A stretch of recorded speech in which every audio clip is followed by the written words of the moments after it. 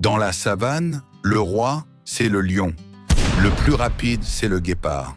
Mais le plus dangereux, c'est peut-être celui qu'on ne voit jamais venir. Elle rôde seule, sans meute, sans stratégie de groupe. Et pourtant, même les prédateurs les plus puissants préfèrent fuir quand elle s'approche.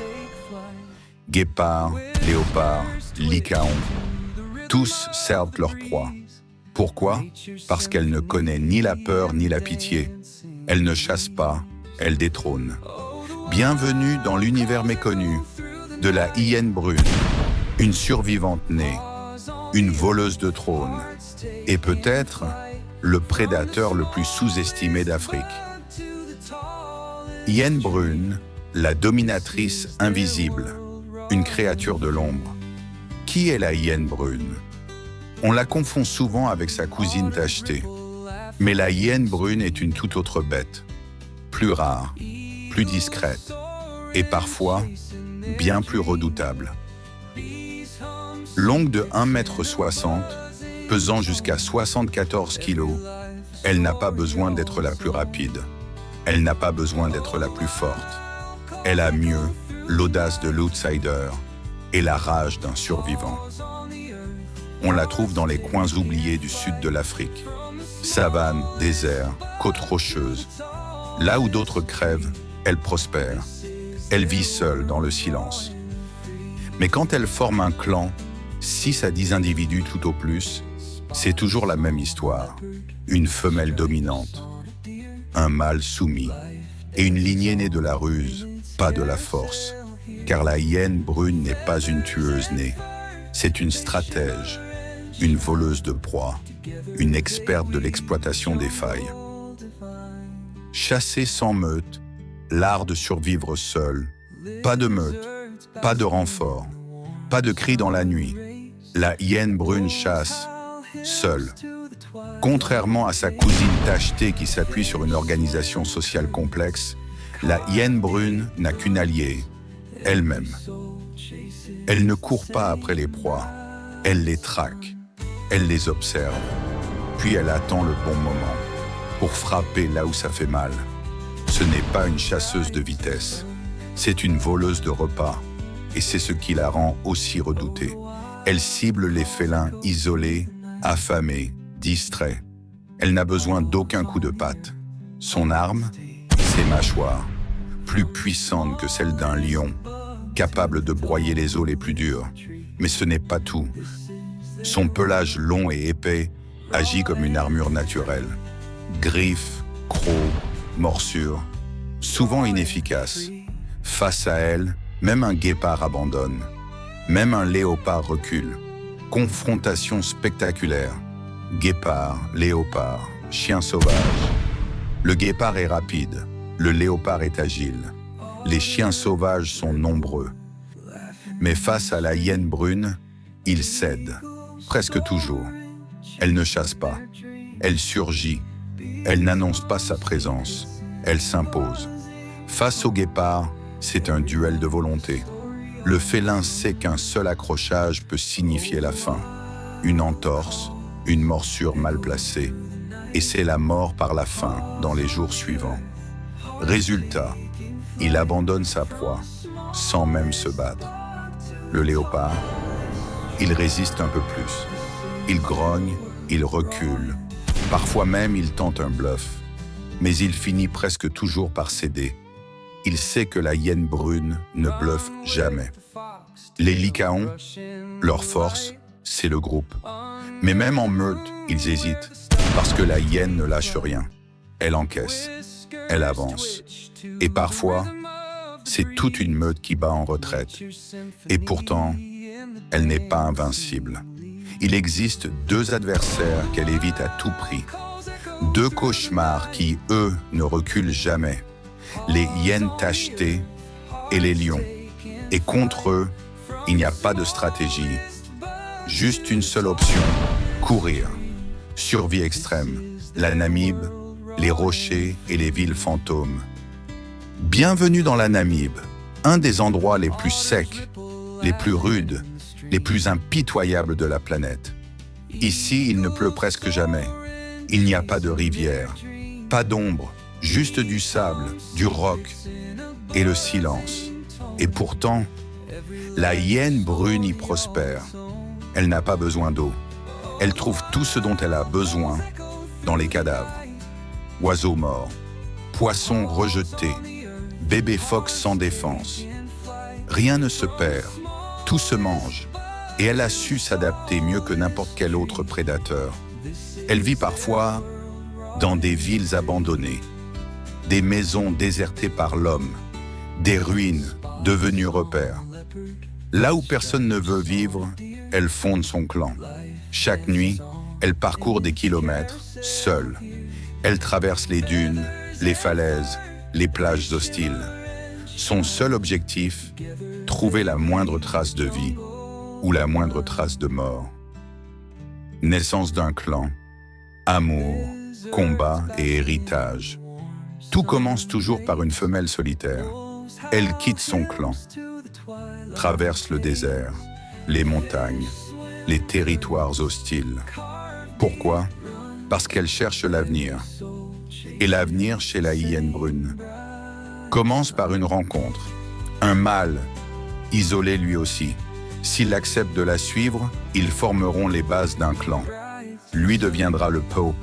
Elle n'a pas la carrure d'un lion, ni la vitesse d'un guépard, mais elle possède un corps façonné par des millénaires de ruses, d'endurance et de douleur. Des mâchoires dignes d'un broyeur. Tout commence par sa tête. Son crâne est massif, ses muscles masticateurs sont surdéveloppés. Elle peut exercer une pression de plus de 800 kg par centimètre carré. De quoi réduire un fémur de buffle en miettes ou briser les côtes d'un phoque sans effort. Les hyènes brunes ne se contentent pas de la chair. Elles mangent les os, les tendons, la moelle, les sabots. Tout. Ce n'est pas un luxe, c'est un avantage évolutif. Des dents plus dures que l'acier. Chaque dent semble conçue pour trancher ou broyer. Les carnassières, situées à l'arrière de la mâchoire, fonctionnent comme des cisailles. Elles découpent, cisaillent, pulvérisent. Même les lions n'ont pas une telle capacité de broyage. Et contrairement à d'autres prédateurs, ses dents résistent à l'usure. Parce qu'elle passe sa vie à mâcher l'impossible. Un pelage, comme une armure. Sa fourrure n'est pas là pour faire joli. Longue, dense, hérissée, elle est son bouclier naturel. Quand un léopard tente de la griffer, il s'en mêle dans ses poils. Quand un lycaon la mord, il peine à atteindre la peau. Même blessée, la hyène brune encaisse et avance. C'est une survivante. Son corps est fait pour durer. Un odorat qui lie la mort à distance. Là où l'homme voit du sable, elle sent une charogne, à des kilomètres. L'odorat d'une hyène brune est un radar de mort. Elle détecte la décomposition, le sang séché, les traces chimiques laissées par une lutte. Et quand les autres dorment, elle est déjà en chemin. Des pattes qui ignorent la fatigue. Ses pattes sont puissantes, surtout à l'arrière. Moins rapides, mais plus endurantes. Elle peut marcher 30 à 40 km en une seule nuit, sans ralentir. Même blessée, même affamée, parce qu'elle le sait, celui qui abandonne la recherche de nourriture est déjà mort. Le langage silencieux des hyènes brunes. Elle ne crie pas, elle ne hurle pas, elle ne rit pas comme sa cousine tachetée. La hyène brune communique en silence.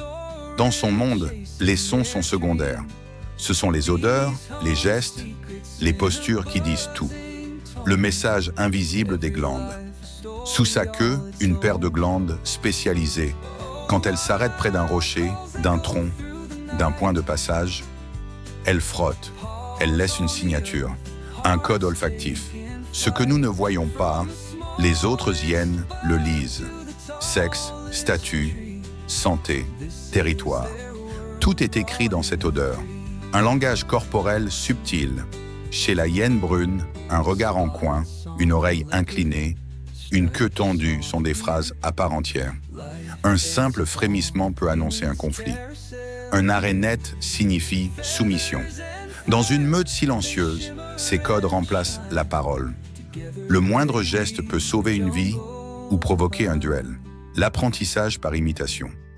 Les petits ne reçoivent pas d'ordre. Ils observent. Ils comparent les adultes. Comment flairer? Comment marquer? Quand reculer? Quand s'approcher? C'est un apprentissage instinctif, ancestral. À travers ce langage discret, les jeunes s'intègrent. Ils deviennent des membres du clan. Et s'ils ne l'apprennent pas, ils sont exclus. Et seuls, ils n'ont aucune chance. Reine de la nuit. Quand la savane dort, elle règne. Quand le soleil tombe sur la savane, tout semble s'arrêter. Les lions s'allongent. Les guépards disparaissent. Même les hyènes tachetées deviennent plus discrètes. Mais elle s'éveille. Un monde sans bruit, un monde pour elle. La nuit, elle est seule, sans concurrence, sans bruit. C'est son heure. Dans le silence, elle traque les odeurs, les ombres, les courants d'air. Elle ne voit pas comme nous. Elle devine. Elle ressent. Le ballet des charognards commence un oiseau mort, un phoque échoué, une carcasse oubliée. Pour elle, c'est un festin.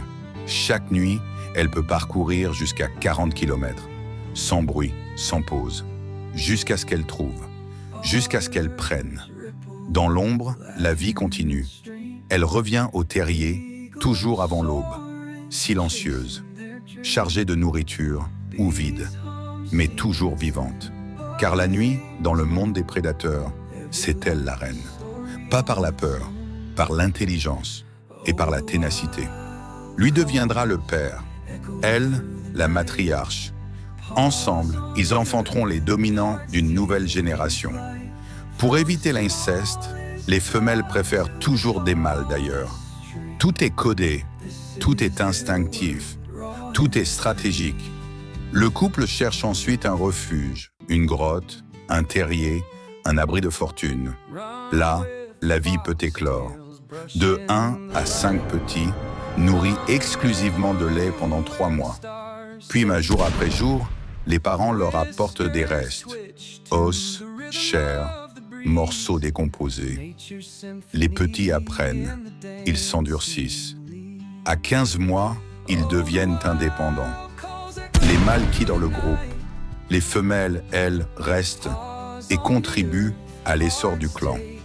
Et parfois, un mâle revient. Mais cette fois, il ne vient pas en paix. Il vient pour défier le dominant, le tuer, le remplacer. C'est brutal, c'est la loi, c'est la nature. Dans ce monde, la hiérarchie se gagne dans le sang et l'héritage se protège par la force. Les menaces invisibles, humains, sécheresse et survie. Elle a survécu au lion, elle a survécu au désert. Mais aujourd'hui, la hyène brune affronte un ennemi plus sournois, l'homme. Bien qu'elle soit l'une des hyènes les plus rares d'Afrique, elle est encore traquée. Non pas parce qu'elle attaque, mais parce qu'elle gêne. Un troupeau attaqué, une carcasse volée, et les représailles tombent. Pourtant, jamais elle ne tue pour plaisir. Elle suit simplement son instinct, survivre. Mais les menaces sont multiples. La sécheresse gagne du terrain. La nourriture se fait rare. Les territoires se réduisent. Là où elle régnait autrefois sans bruit, les routes s'installent. Les clôtures s'élèvent. Les bruits des moteurs remplacent les cris de la savane. Et malgré tout, elle s'adapte. Elle continue. Elle vit dans l'ombre, protégée parfois dans de rares zones naturelles, mais jamais totalement en paix. La hyène brune n'est pas un monstre, c'est un symbole de résilience, une créature d'intelligence, de stratégie et de survie, la survivante silencieuse. Elle ne rugit pas, elle ne court pas plus vite que les autres, elle ne cherche pas la gloire, et pourtant, elle domine. Dans un monde brutal, elle ne s'impose ni par la force ni par la vitesse. Elle gagne par l'intelligence, par la patience, par sa capacité à survivre là où tout semble mort. Elle est la mémoire des territoires oubliés, la gardienne des carcasses, la preuve vivante que la vraie puissance ne fait pas de bruit. Si cette hyène t'a surpris, alors partage cette vidéo.